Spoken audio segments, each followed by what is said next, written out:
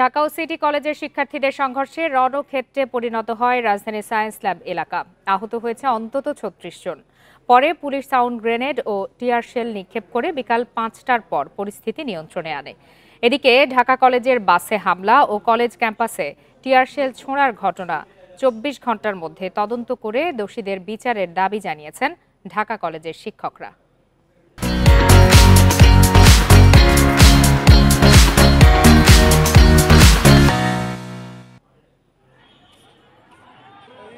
রাজধানীর science lab মোড় বুধবার দুপুর ৩টার দিকে মারধর ও ভাঙচুরের অভিযোগে চলে ঢাকা কলেজ ও সিটি কলেজের শিক্ষার্থীদের মধ্যে সংঘর্ষ।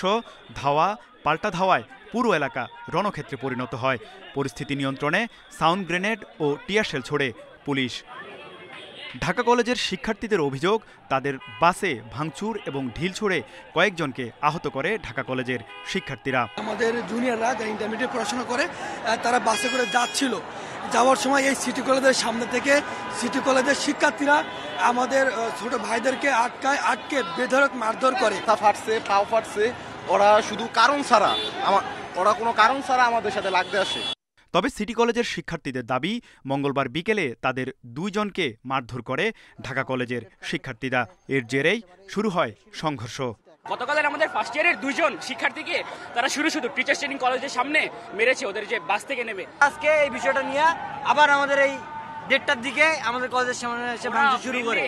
এ সময় ২ কলেজের বেশ কয়েকজন শিক্ষার্থী আহত হয়।